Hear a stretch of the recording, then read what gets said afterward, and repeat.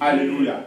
Nous sommes appelés à briser le pouvoir du diable. Si tu ne brises pas le pouvoir du diable, le diable va se lever contre toi. Amen. Amen. Il ne va pas te dire que comme toi tu ne le combats pas, il va te laisser. Non, lui il ne connaît pas ça. Si tu le combats, il va te combattre. Tu ne le combats pas, il va te combattre. Amen.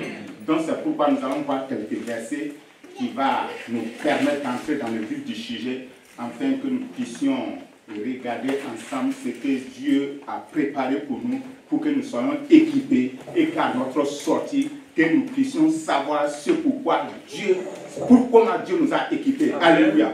Le premier verset, nous le trouvons dans le livre de Luc au chapitre 10, verset 19. Là, c'est le Maître Jésus qui parle. Il dit, voici, je vous ai donné le pouvoir de marcher sur les serpents et sur les scorpions et sur toute la puissance de l'ennemi, et rien ne pourra vous nuire. Alléluia. Il dit, rien ne pourra vous nuire. Alléluia.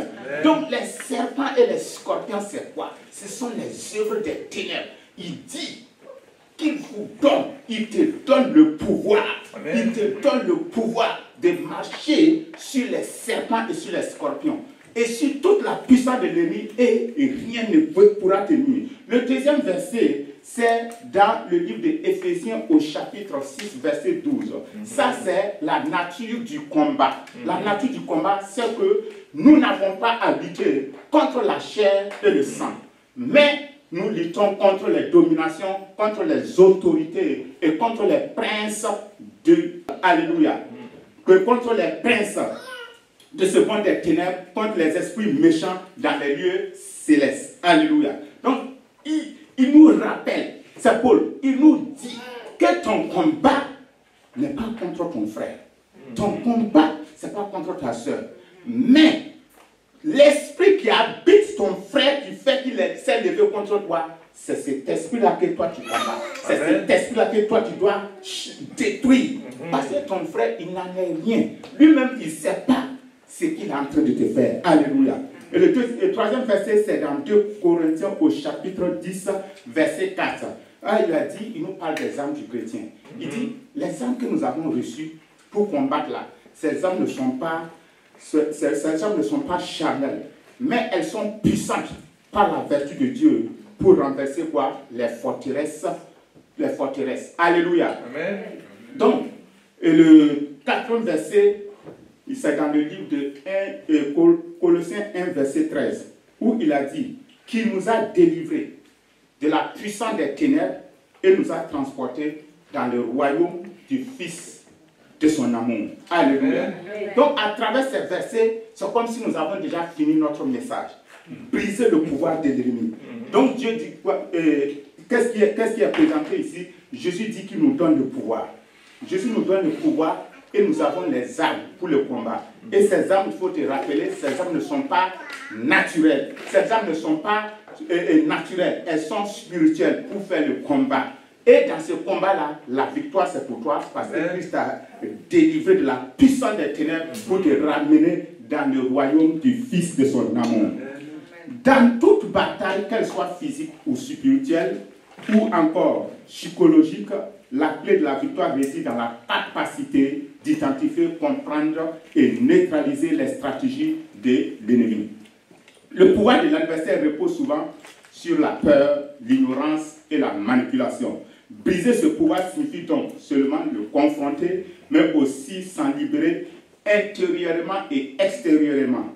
Dans le livre d'Éphésiens 6, verset 12, nous rappelle que dans notre combat n'est pas charnel, mais elle est spirituelle, contre les puissances invisibles qui cherchent à influencer et à dominer le monde. Cependant, Colossiens 2, verset 15 dit que Christ a dépouillé les dominations.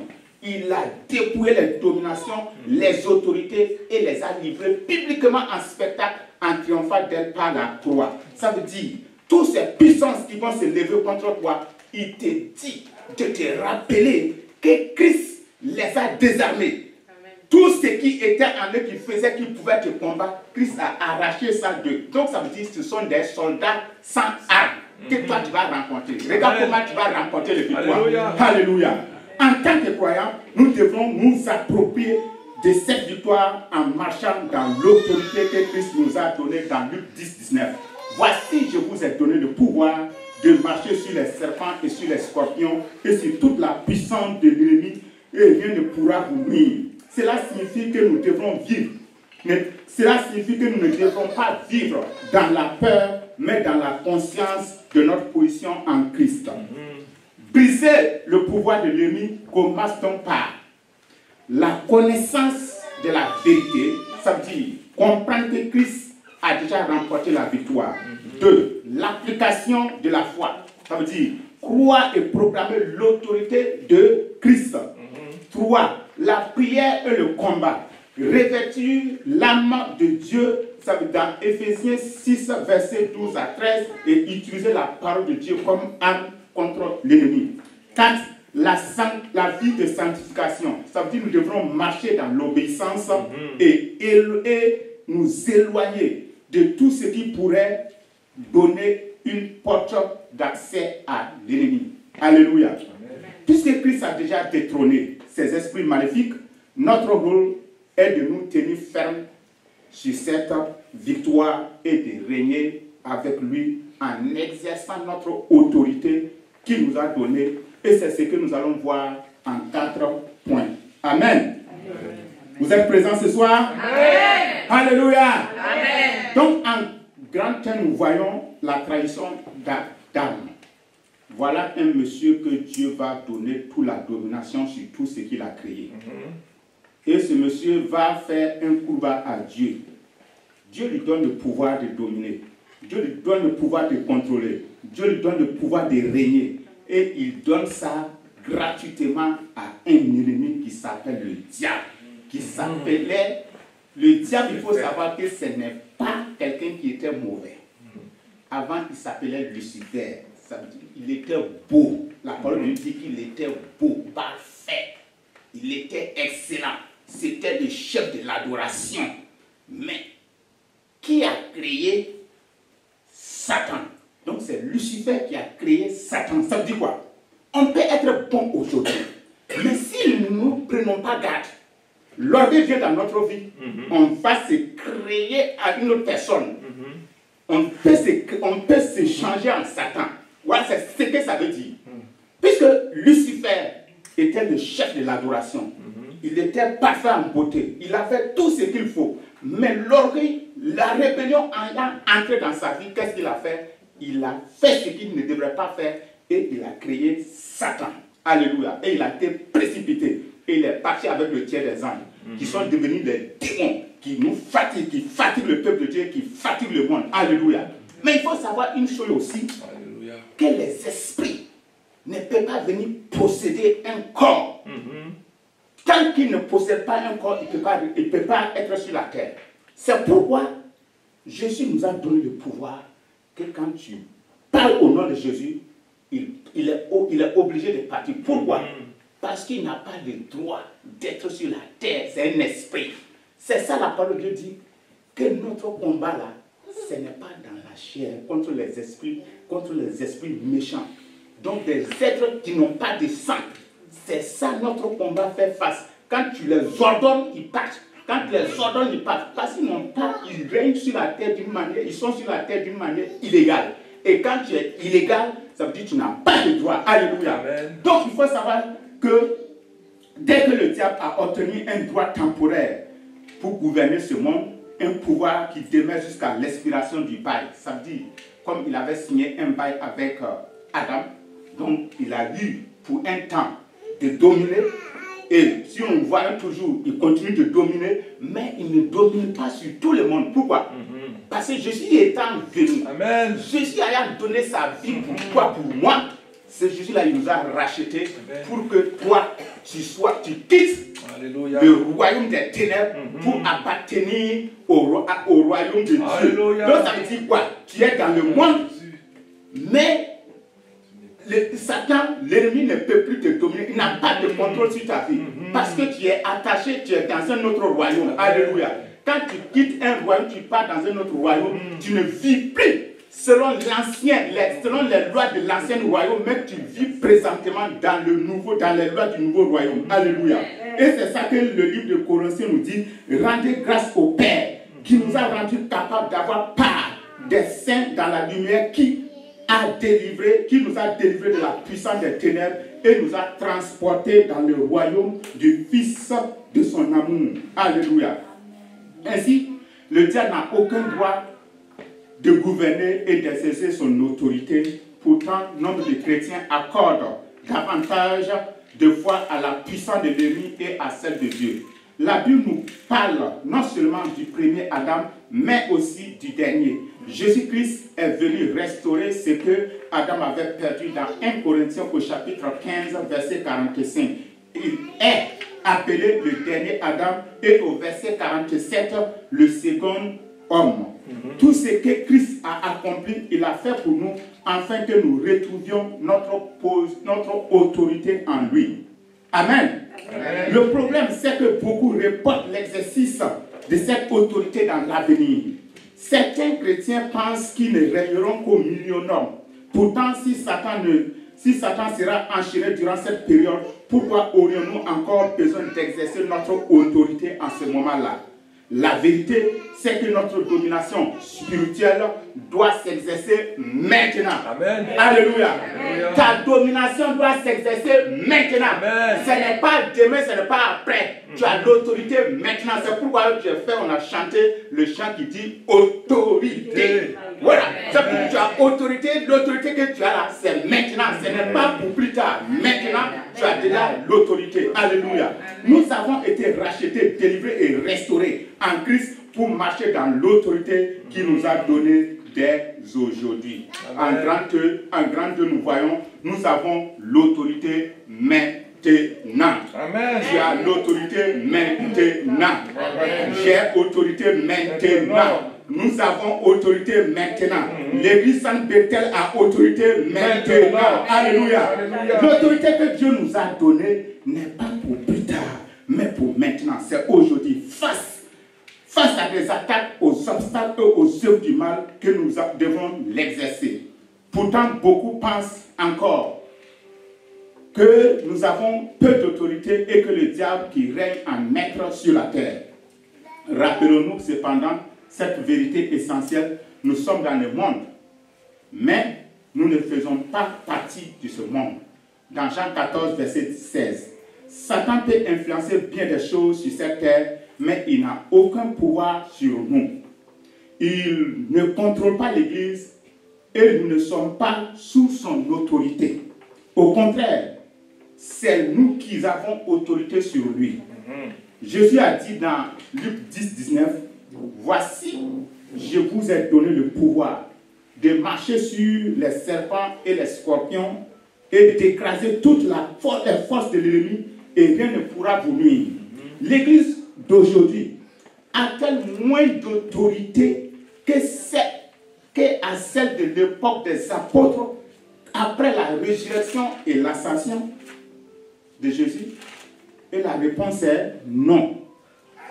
Jésus, quand il est ressuscité, quand il est parti au ciel, l'autorité qu'il a donnée, nous avons vu dans les livres des Actes des Apôtres comment la puissance de Dieu s'est manifestée.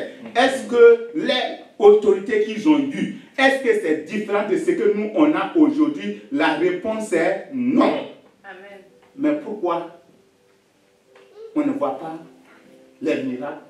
Pourquoi on ne voit pas les délivrances? Pourquoi on ne voit pas les choses extraordinaires comme au temps des apôtres? Bien sûr que non. C'était le cas alors si c'était le cas que les pouvoirs, l'autorité qu'ils ont eue était plus que pour nous, ça veut dire en ces temps, Jésus, le sacrifice de Jésus serait un échec. Mais Jésus n'a jamais échoué. L'autorité qu'il les a donnée, c'est la même qu'il nous a donnée. C'est la même qu'il t'a donnée. Amen. Maintenant, comme souvent nous pensons que nous ne pouvons pas, c'est pourquoi rien ne va. C'est vrai. Alléluia. Nous devrons assimiler ces vérités en les méditant et en nous nourrissant chaque jour, jusqu'à ce qu'elles fassent partie intégrante de nous. De même que notre corps a besoin des vitamines et des sels minéraux pour être fort, notre esprit a besoin de la parole de Dieu pour grandir et marcher pleinement dans l'autorité que Jésus-Christ nous a confiée. Dans Matthieu 28, verset 18, Jésus déclare ceci. Tout pouvoir m'a été donné dans le ciel et sur la terre. Aujourd'hui, toute autorité de Christ sur la terre est exercée par son corps. Jésus n'est plus là. La parole de Dieu dit que l'Église est le corps de Jésus. Donc, comme Jésus n'est plus là et qu'il avait eu l'autorité, il a l'autorité. Ça veut dire que c'est le corps qui doit maintenant agir. C'est le corps maintenant qui doit exercer cette autorité. Alléluia. Alléluia. Jésus n'est plus physiquement présent et c'est à nous, son peuple, d'agir en son nom. Pourtant, au lieu d'exercer cette autorité, nous passons souvent notre temps à demander à Dieu d'intervenir à notre place alors qu'il a déjà équipé, qu'il nous a déjà équipés pour agir. Voilà là le problème. Tu as donné le pouvoir de chasser les démons. Amen. Toi, tu es là, tu veux que Dieu n'a qu'à encore chasser les démons. Il ne va pas le faire. Beaucoup de situations restent incendiées simplement parce que nous n'utilisons pas l'autorité que nous avons reçue. Au lieu d'attendre passivement, nous devrons prendre position et agir. Une révélation qui a changé la vie de Kenneth Hagin. Kenneth Hagin qui est un pasteur d'Amérique en son temps. Voici le témoin qu'il donne. Il dit il y a plusieurs années, en étudiant ce principe, j'ai reçu une révélation qui a bouleversé ma vie. Je ne pouvais pas expliquer rationnellement, mais je savais dans mon esprit que Dieu m'avait donné une autorité et que je n'avais jamais pleinement exercée. Pendant des années, j'avais prié pour le salut de mon frère aîné, qui était en quelque sorte la brebis égarée de la famille. Malgré mes supplications, mes jeûnes, son état ne faisait que s'empirer. Je priais encore et encore. Et il dit quoi? Seigneur, sauve-le. Seigneur, fais quelque chose. Est-ce que ce n'est pas comme ça nous prions? Nous prions. Seigneur, sauve-le. Seigneur, fais quelque chose. Ça veut dire quoi? Ça veut dire nous, on se met en retraite et on veut que Dieu agisse. Un jour, alors qu'il était en prière, que j'étais en prière, j'ai entendu le Seigneur me dire, occupe-t'en toi-même. Occupe-t'en toi-même. Ça veut dire, fais-le toi-même. Ce que tu me demandes là, toi-même, il faut le faire. J'ai compris ce jour que j'avais l'autorité nécessaire pour agir contre l'emprise du diable dans la vie de mon frère. Alors, au lieu de supplier Dieu, j'ai pris position et j'ai déclaré avec foi, au nom de Jésus, je brise le pouvoir du diable sur la vie de mon frère et je revendique son salut. Amen. Amen. Au nom de Jésus, je brise le pouvoir du diable sur la vie de mon frère et je revendique son salut. Alléluia. Amen. Amen. Quand il a déclaré comme ça, je n'ai pas continué à prier parce qu'il dit qu'il est la parole du roi, on ne change pas. Quand un roi parle, il a parlé. Ça veut dire qu'il a connu sa position. Il a connu là où il est. Quand il a parlé, il a donné l'ordre. Lui, il ne parle plus. Il ne fait que rendre grâce à Dieu. Quand un roi parle, il part s'asseoir. Il sait que ce qu'il a dit là, ça va se faire. Donc, il dit, je me suis alors mis à rire et j'ai dit, je ne pensais pas qu'il sera sauvé. Je le sais car j'ai pris autorité au nom de Jésus et j'ai brisé son pouvoir sur lui. Je suis reparti en sifflant en paix, convaincu que la victoire est déjà acquise. Amen. Moins de 10 jours plus tard, mon frère était sauvé. Alléluia. Amen. Amen. Donc, voilà, il vient de nous donner une révélation comment nous devons prier. Il ne faut pas que nous prenions tous nos chats là, aller donner à Dieu, pourtant nous pouvons le faire. Ça veut dire, il y a des choses que nous on peut faire. Ce que Dieu va faire, lui aussi il va faire pour lui. Mais Dieu nous a déjà donné l'autorité. Tu dois réclamer les choses. Alléluia. Tu dois déclarer les choses. Alléluia. Donc la parole de Dieu est efficace quand nous comprenons l'autorité et que nous avons en Christ et nous l'exerçons avec foi. Les choses changent. Ce n'est pas une promesse pour un avenir lointain, c'est une réalité aujourd'hui. Et nous arrivons au grand 3. Comment affronter le diable? Le diable cherchera toujours à vous piéger par l'incrédulité et à vous enfermer dans le raisonnement humain. Tant qu'il y parvient, il remportera la victoire. Mais si vous vous tenez fermement dans la foi et marchez par l'esprit, vous triompherez toujours de lui. Satan ne discute jamais avec vous au sujet du nom de Jésus. Il a peur. Ce nom est une arme puissante contre lui. Revendiquez ce qui vous appartient. Alléluia. Amen. Et quand on lit la Bible, on découvre que la prière la plus efficace est celle qui est faite avec revendication, quand tu revendiques tes droits. Alléluia. Et nous voyons un exemple. À la belle porte, quand Pierre montait dans l'église, qu'est-ce qu'il a fait? Il a dit au paralytique, il a donné un ordre. Pierre n'a pas prié. Quand Pierre partait, il était avec Jean. Et il dit, regarde-nous. Jean même qui était avec Pierre était un peu étonné. Il dit, Pierre, moi je sais que tu n'as pas l'argent. Tu dis de nous regarder, toi tu peux le donner quoi? C'est ce qu'il disait dans son cœur, même s'il n'a pas dit clairement. Mais Pierre dit, tu peux nous regarder. Je n'ai rien à te donner. Mais ce que j'ai, je te donne. Au nom de Jésus, lève-toi et marche.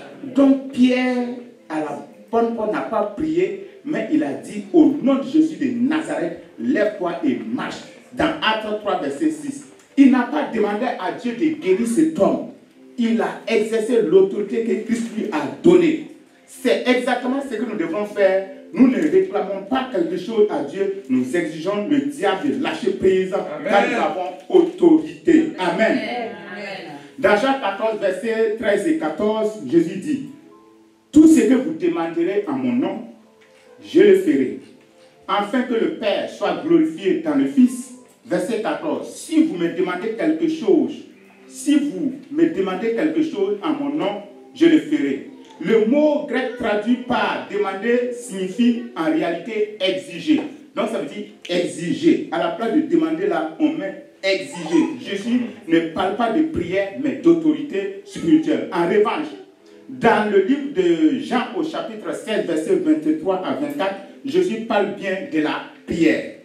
Tout ce que vous demanderez au Père en mon nom, il vous l'accordera.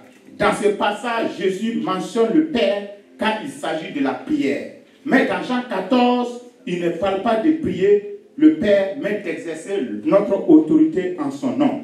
L'exemple de Paul et de la femme possédée par un esprit de python dans Actes 7, verset 18. Voici Paul aussi qui est face à une situation. Une femme qui a un esprit de python. Et aujourd'hui, nous avons des gens qui sont pleins d'esprit de python. Ça veut dire qu'ils viennent vers toi, c'est comme si ce sont des adorateurs de Dieu, ce sont des gens qui célèbrent. Ils disent, Paul et nous sommes les serviteurs de Dieu. Il embrouille les gens. Tu vois, il embrouille les gens. Il fait comme s'il était aussi serviteur de Dieu. Même Paul, au début, il ne comprenait pas. Mais quand ça s'est poursuivi chaque jour, après, il a eu la révélation que c'est un esprit qui est en train de manipuler cette femme. Et Paul a dit quoi? Il a ordonné à l'esprit de quitter. Il n'a pas prié, il a dit ordonné. Et l'esprit est parti. Et la femme a été délivrée. Mais cela aussi a amené les Paul dans la prison. Parce qu'il a gâté les affaires des gens. Alléluia. Que le Seigneur soit loué. Alléluia.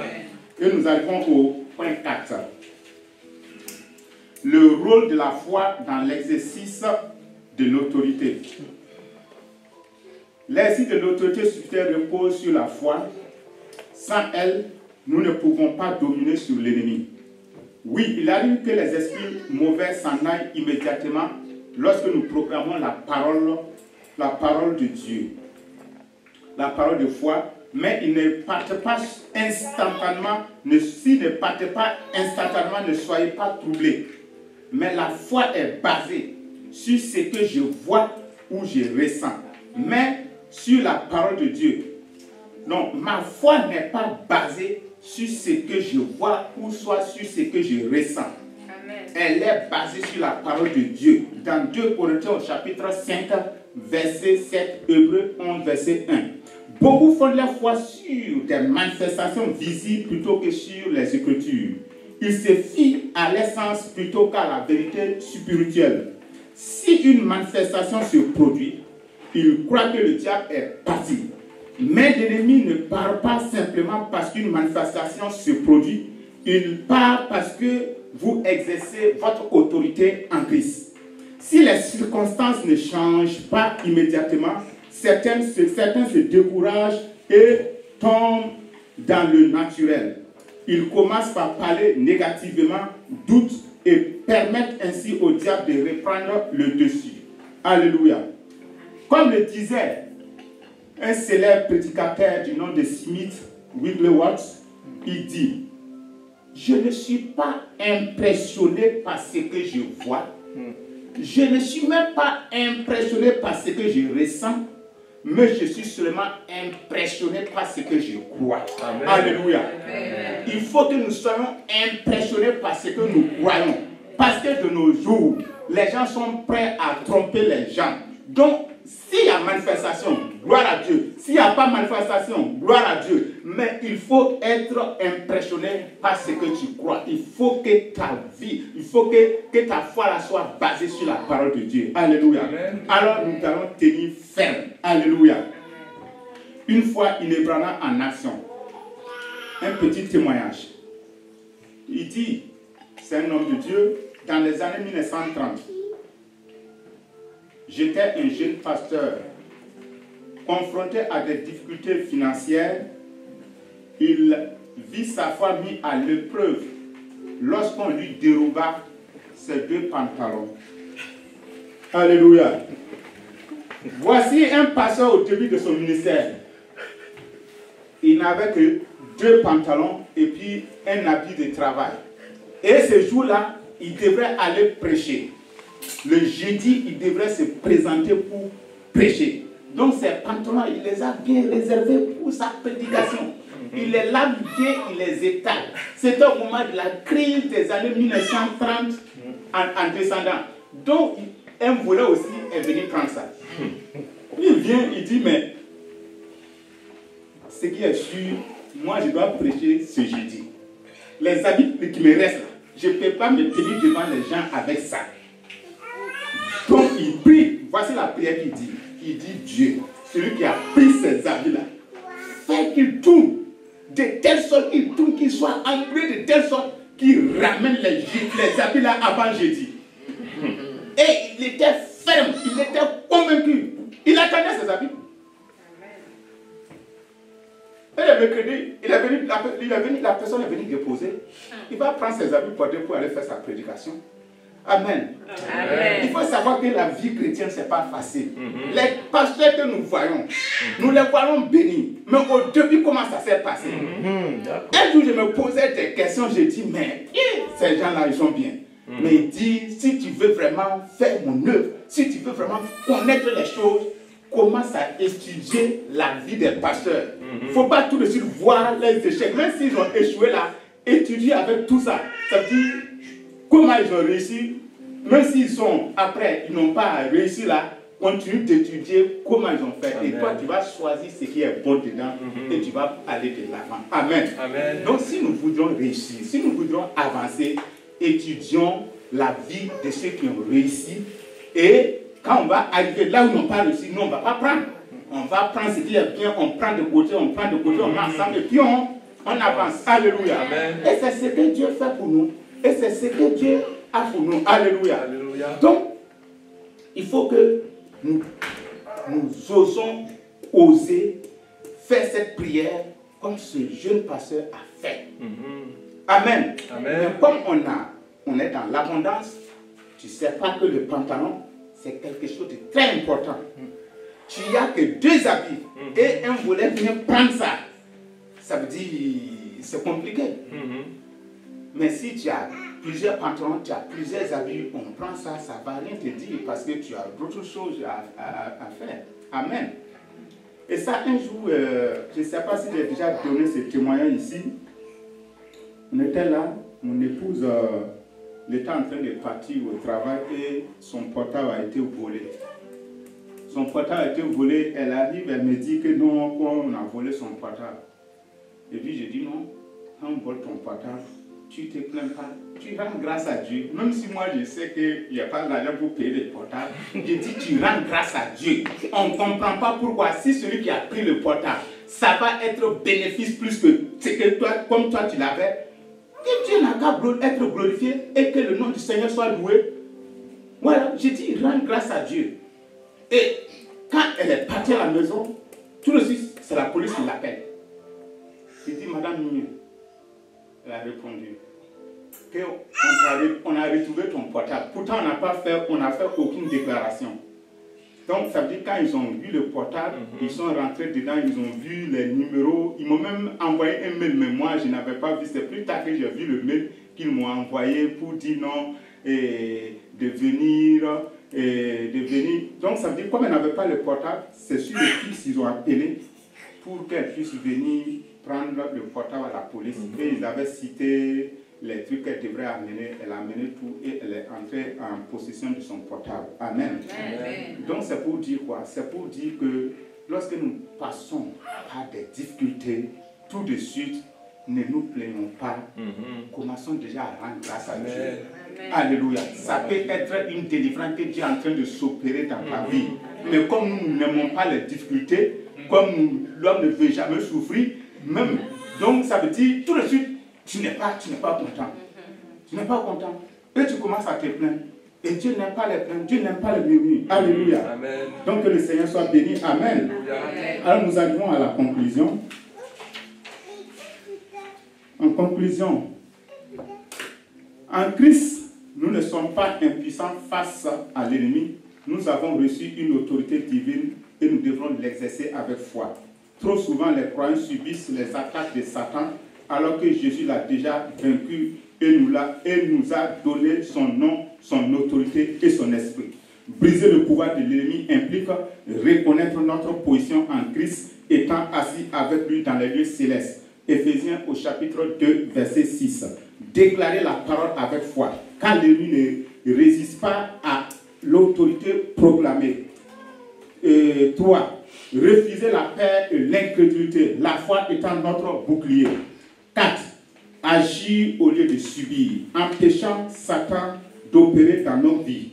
Ne laissons plus l'ennemi nous voler ce qui nous appartient et résistons-lui avec une foi ferme. Alléluia. Amen. Donc il dit, résistez au diable et il fuira loin de vous dans le livre de Jacques 4, verset 7. Alléluia. Amen. Alléluia. Alléluia. Que le Seigneur soit béni. Amen. Amen. Alléluia. Amen.